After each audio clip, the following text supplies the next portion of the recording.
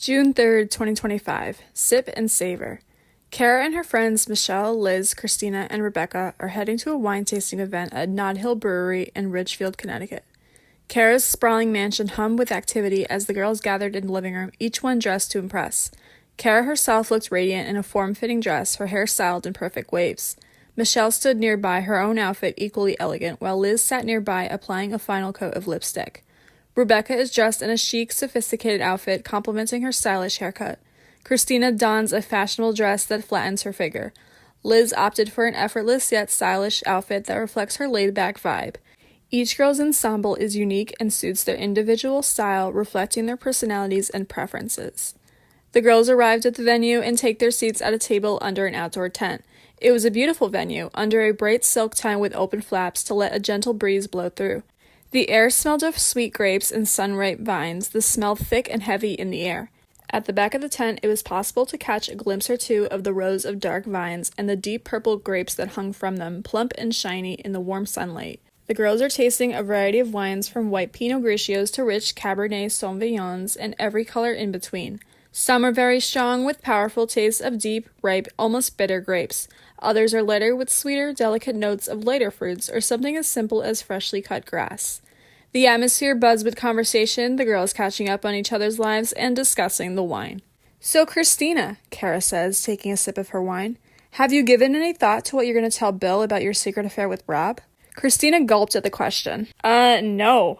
I don't know if I'm gonna tell him. I wouldn't want to risk losing him or the kids," she shrugged nonchalantly. "Yeah, but don't you think he deserves to know?" Liz chimes in. "I mean, it's been going on for like 5 months now." Christina places her hands on her lips as she shoots Liz a cold expression. "You don't have all the facts, Liz. It hasn't been going on for like 5 months now. It's a secret I've been keeping for over a year, and I really don't want to break that streak.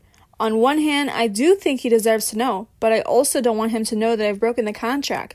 He would completely lose it on me." Michelle raises an eyebrow in surprise. "Hold up, a year?" she asks, looking at Christina skeptically. "Why have you been hiding it for so long?" "There are multiple reasons why," she rolls her eyes. "We just have so much chemistry together. We are both managers at our job, and it's hard not to get close and develop a deeper relationship."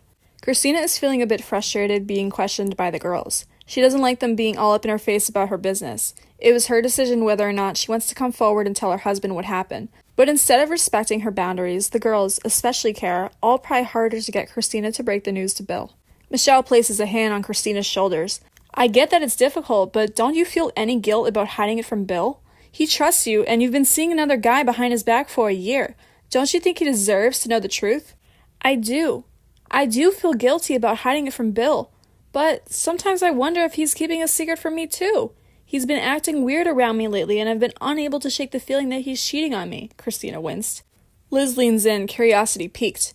"What makes you think that he's cheating, Christina? Has he been working late more often? Hanging out with different people?" Christina clears her throat and sighs.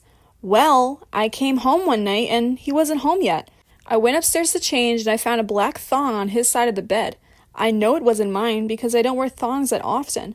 I hear him come home late pretty often these days, and it's got me wondering if something else is going on behind my back.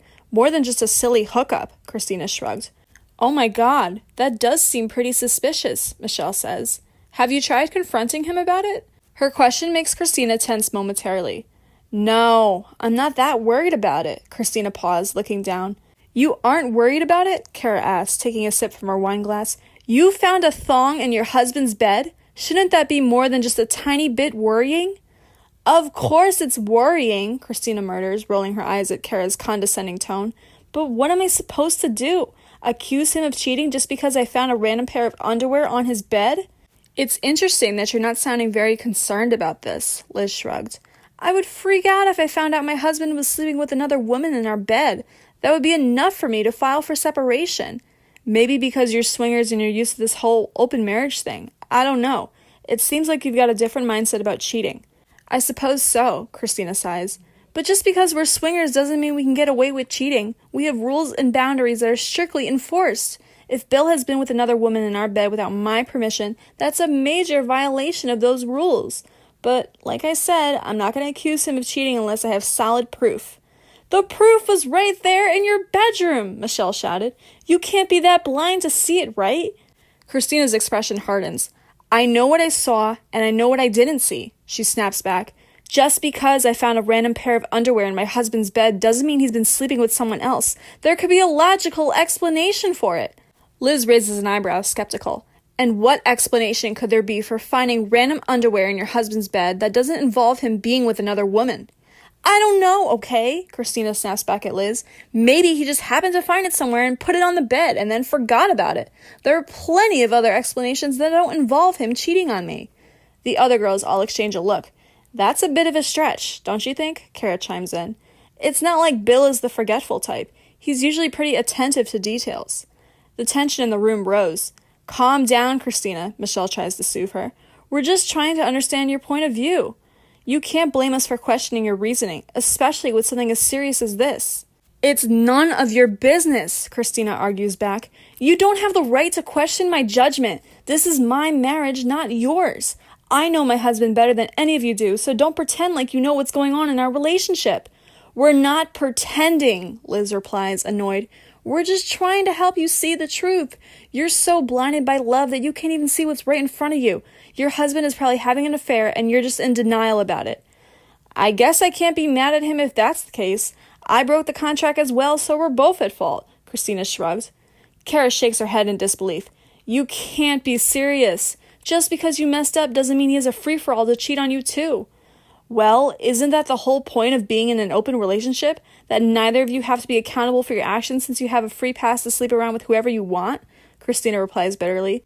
If neither of us adhere to the rules and boundaries we've set in our marriage, then who's to say we're not both in the wrong in this situation? You're completely missing the point, Michelle exclaimed. Just because you're in an open relationship doesn't mean that you can do whatever you want without any consequences. You still need to respect each other and keep your relationship honest and transparent. Look, yous all don't fucking get it, Christina said, her New York accent more evident. You try being in an open marriage and see how you like it. It ain't as simple as you think. It's not about being simple or complex, Cara retorted. It's about honesty and respect. You can't just justify your husband's potential infidelity by blaming it on your open marriage. It's irrelevant. Listen, it's not like I'm fucking happy about the situation, but you gotta understand, we've got a different set of rules in our relationship, Christina defended. We're allowed to get a little action outside of our marriage. And yeah, it stinks that I might have found out my husband broke the rules. But if he did, then that makes us even. Even? Liz raises an eyebrow. You can't be serious. Just because you broke the rules doesn't mean that he gets a free pass to do the same. Why the hell not? Christina retorts. I get to have my fun, so why can't he? Because it's not about having fun, Cara interjected. It's about trust, loyalty, and respect.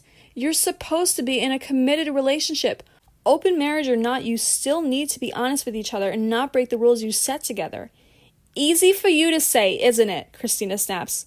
None of you have any experience with open marriage, so don't just sit there and act like you know better than me. This isn't about who has experience or not, Liz retorts. It's about basic decency and common sense. You can't justify your husband's potential infidelity by using your open marriage as an excuse. It's not fair to yourself or to him. The girls were unable to argue with Christina anymore. They all felt frustrated trying to reason with her. All right, I think I've heard enough, Cara sighs, sipping on her wine. We can't keep arguing about this. It's just going to go nowhere. Cara and Michelle nod in agreement. Yeah, I'm sick of going in circles, Liz agrees. Let's change the subject. The girls continue to sip their wine and compliment the taste of different wines. As the evening went on, the girls continued to enjoy the various wines, occasionally swirling the liquid around their glass, sniffing it, and then taking a hesitant sip to savor the taste. They talk about the different notes they taste, complimenting the subtle fruitiness of the younger years' wines, as well as the bold, oaky flavor of the older varieties. Rebecca clears her throat and takes a sip of a sweet wine as she tries to get everyone's attention. So, I have some news, she says softly to the girls. Cara raises an eyebrow. What is it? She asks, shifting a little in her seat, leaning closer to Rebecca, who in the golden sunlight looks flushed and giddy. I just wanted you all to know that Marnie is checked back into the center. I've been visiting frequently and dropping some of her stuff off because she's no longer staying with me. I've checked her in for a few more months and I'm unsure of how long she will be staying there, but I think it's good for her to seek therapy and assistance with her recovery. I also wanted to make one more thing clear. I didn't push her out of the center. She was the one that asked to move back in with me. She felt that she was ready, and after going to Cara's surprise party and creating drama with Dawn, we both came to the conclusion that she wasn't ready to leave. She needs some time to herself to think about her actions. She needs to reflect on herself, and as I lectured her about seeing someone, she realized she wasn't ready to go out with Dawn. Rebecca takes a deep breath and closes her eyes as she continued. There's something else. I've also checked into the center, and I have been scheduling weekly therapy sessions because I need help coping with depression, suicidal thoughts, and anxiety about me and Marnie's relationship as sisters. Rebecca sighed, telling the girls everything that was on her mind. Cara nods, a sympathetic look on her face.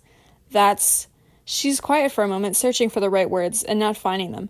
That's brave of you. You're being strong and supportive for Marnie. It's the right thing to do. I'm proud of you. We all are, right, girls? She asked, looking around at the rest of the ladies. The girls look around at each other, all nodding and mumbling in agreement. Liz chimes in first. You're doing an amazing thing, Rebecca. You're being a great sister. And it's amazing that you're going to therapy, too. It shows just how dedicated you are to making things better for both Marnie and yourself. Yeah, it's incredible how much you're doing, Rebecca, Christina says, placing a hand on Rebecca's arm.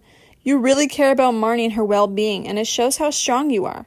She's right, Cara agrees, leaning in a little. You've been there for Marnie through everything, and now you're taking care of yourself too. It's really inspiring. Michelle, quiet throughout the entire conversation, is deep in thought for a moment before answering.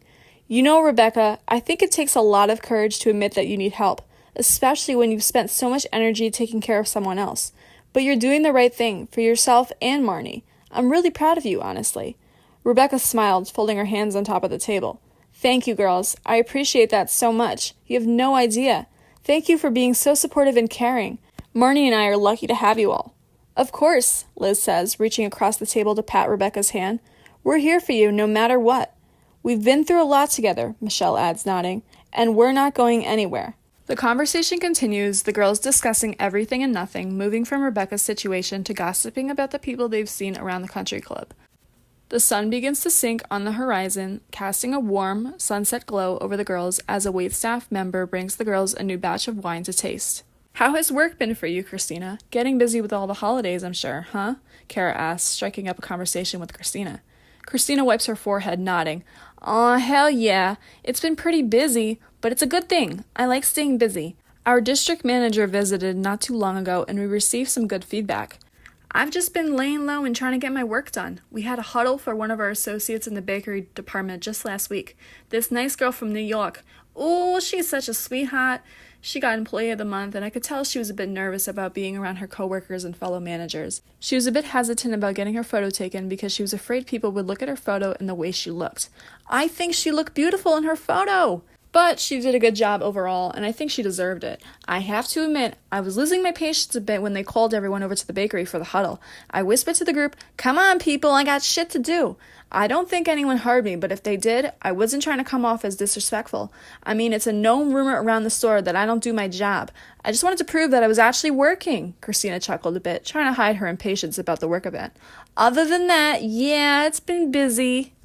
The other girls listened intently to Christina's story, nodding in agreement and understanding. Liz took a long sip of her wine before responding. You're definitely busy at the best time, she says with a laugh. I'm sure it's a nightmare, but it keeps you on your feet, that's for sure. Well, let me tell you, Cara chimes in, taking a swig of her own wine. Working retail is hell, especially when the Black Friday shoppers roll in. It's like a swarm of angry, entitled people with no tact or patience. Christina takes a sip of wine, nodding. I like being a manager, though. Even if it gets busy, I know I always have something to do. Yeah, Cara pipes up, finishing her current glass of wine. Being a teacher in late November and December is so hectic. Grading papers, planning lessons, and helping kids with homework. It's honestly a miracle I even make it to Christmas break in one piece. And don't even get me started on parent-teacher conferences, Michelle adds, groaning a little. I can't even count how many times I've had to deal with angry parents who think their kids are little angels and can do no wrong. It's exhausting, to say the least. Aw, I can't even imagine, Christina pipes up. I was a preschool teacher in South Salem. That was hell. I mean, you guys put up with elementary schoolers. I would think that 5th graders would be a bit more mature than preschoolers, Christina chuckled. It was a fun job. I just hated cleaning up after kids. It's the price you pay, I guess. The other girls laughed, nodding in agreement. Preschoolers, huh? Liz says, sipping her wine. That must have been a handful. I once had to watch my niece and nephew who were in preschool, and let me tell you, by the end of the day, I was ready to rip my hair out. And let's not even talk about the messes they made. It was like a tornado went through my house. Callie has kids, Liz? Your sister? I can't imagine you taking care of toddlers, honestly. You have a low tolerance for young children, Cara chuckled. Liz rolled her eyes playfully. Yeah, my sister's kids, little spawns of Satan. Don't get me wrong, I love my niece and nephew, but they are a handful. They get under my skin at times. And as for my patience, hey, I'd like to think I improved over the years. Huh, I didn't know you had a sister, Liz. That's cool. Do you have any other siblings? Rebecca says, her eyes widening at the unimaginable thought of Liz having a sister. Liz nods, swirling her current glass of wine. Yeah, I have two actually. Callie, my older sister, and Christian, my younger brother. We were closer when we were younger, but since I moved to Connecticut, we've lost touch. It's unfortunate, but I can't say I don't regret having a closer relationship to them as we've grown up. The group nods in understanding, sipping their wines in silence. Christina breaks the silence, looking around the group. I have two brothers and one sister. It was a madhouse growing up, but it was never really boring. We got up to so many pranks and shenanigans when we were kids. Man, our poor mother. Liz chuckled at this, taking another sip of her drink. I can't imagine. I used to prank my brother all the time as kids. I was the ultimate troublemaker. I wish I had more siblings, Michelle chimes in. I don't even talk to my brother. He completely cut contact from me and my mother when we moved to Connecticut. I'm sure he's still out there in North Carolina, wishing we had a reunion or some sort of excuse for him to talk to me again. The group fell silent for a moment, taking in Michelle's words. Christina spoke up, placing a hand on Michelle's arm. That sounds rough, she said softly. Families can be complicated, huh? I guess so. He was a complete asshole to me when our mother passed. He claimed I never called him when we got together for the funeral, which I did. We just never stayed in touch. Of course he has to get on social media and talk shit about me. He'll never learn that family is important. Even though our dad wasn't in our lives, it doesn't give him the right to cut off his only sister and his grandmother. It's fucked up, Michelle shrugged. I don't know what I can do, if anything. I've tried to get him into family counseling with my grandmother and I, but he just denies it and says things will never be the same after Mom passed. It's so annoying. He relied on her for years to keep our family together, and now he just wants to throw all the memories away because she's gone. The group nodded in agreement, expressing their sympathy for Michelle's situation. Cara chimed in, offering a different perspective. I don't have any siblings, but it sounds like your brother is just hurting. Maybe he's not dealing with the loss of your mother well, and that's why he's acting out. It doesn't excuse his behavior, but it might explain it. Michelle shrugged. I guess so, she says, pulling out a cigarette from her bag. I'm so grateful to have you in my life, Cara. You're like the sister I've always wanted, she says, wiping a tear from her cheek. Aw, Cara replied, a small smile on her face.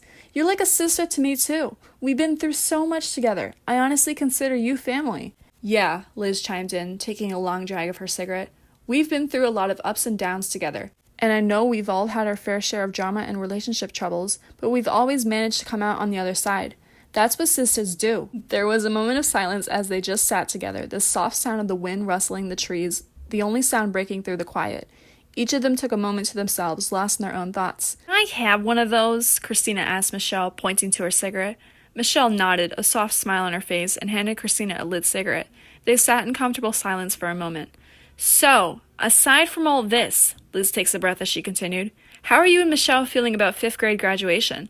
Don says he's planning some sort of big speech. I wonder what he's thinking about doing. Hopefully he's not planning to talk to the parents about the charter school act he talked about back in April. What a shit show, Liz rolled her eyes. Ugh, I know, Cara replied, shaking her head. He's been on that bandwagon for a while now. It's getting pretty annoying, to be honest. Don's speeches can be a bit overkill sometimes.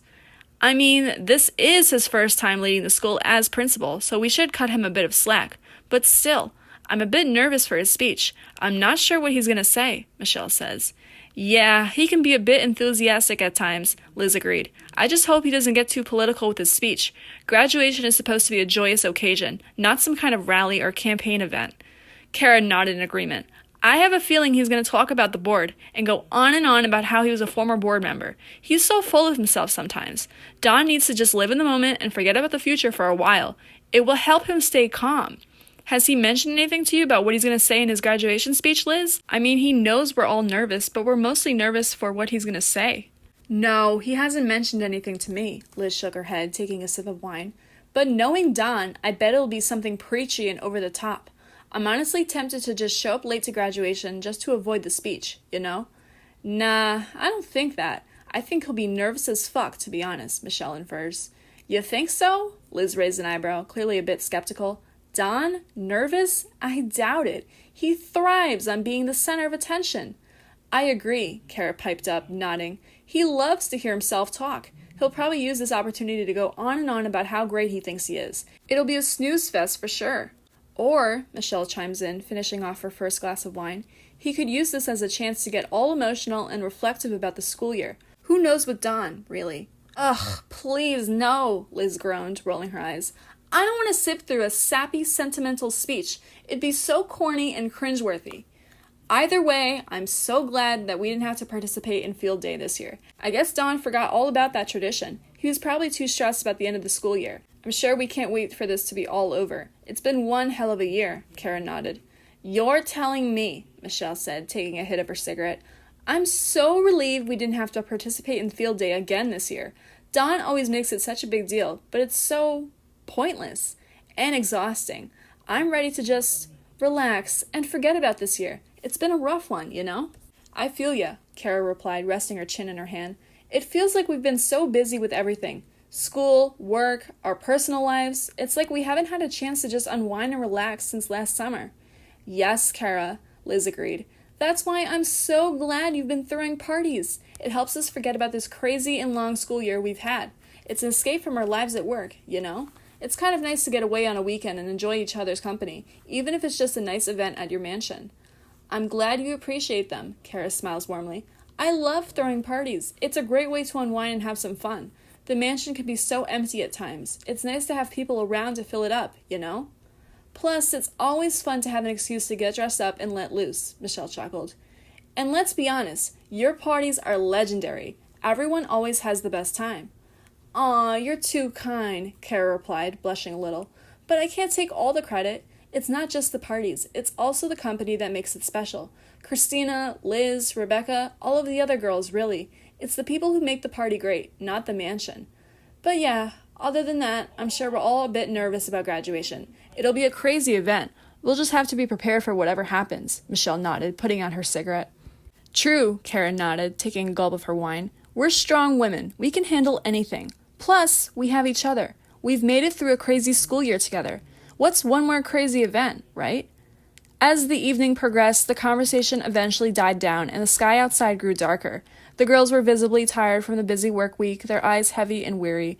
The night sky was now black, with a few stars shining here and there. The night air had a slight chill to it. All right, I think we should probably call it a night, Cara said, standing up and stretching her limbs. We've been out here for hours. The other girls nodded, feeling the exhaustion from the week begin to set in. As the girls prepared to leave, Cara offered to drive them all home. I'll drive if you guys want. Nobody should be driving in their condition, she said, gesturing to the near-empty bottle of wine. The girls nodded in agreement, grateful for Cara's offer. Thanks, Cara, Liz said, standing up and gathering her things together. The other girls followed suit, collecting their belongings and getting ready to make the trek towards Cara's car. The group walked up to Cara's white and shiny Mercedes. Michelle gets in on the passenger side, leaving Liz, Christina, and Rebecca all to sit in the back seat. Liz is on the left side, while Christina is in the middle, and Rebecca is on the right. As the car continued on its way, the sound of the engine and the hum of the wheels on the road created a soothing background noise that only added to the peaceful atmosphere in the car. Liz volunteered to get dropped off first. Richfield was quite a far ride from Bethel, but she didn't mind waiting. Cara drops off Liz at her house about 30 minutes later. She waves goodbye to the girls as she heads out and wishes them a good night. Liz gives a tired smile as she waves goodbye to the girls, and they wave back. Thanks for picking up and dropping me off, Cara, Liz said. No problem, Liz, Cara replied. Take care, okay? Yeah, Liz nodded weakly. I will. With that, she got out of the car, slammed the door shut, and made her way up to the walkway of her house. Michelle was next. She lived about 10 minutes from Liz, so the drive to her house seemed pretty short. She hops out of Cara's car and waves goodbye to Christina and Rebecca. Have a good night, Cara. Thank you so much for a wonderful night and dropping me off, Michelle smiled, giving Cara a wave. No problem, Michelle, Cara replied with a smile. Drive safe, and thank you for hanging out with us. I had a great time. Rebecca was next to leave. She lived in Reading. Cara backs out of Michelle's driveway and makes her way onto Route 53. The drive is quiet as the girls are tired and a bit tipsy. Rebecca was looking forward to going home to peace and quiet and not worrying about having to babysit Marnie.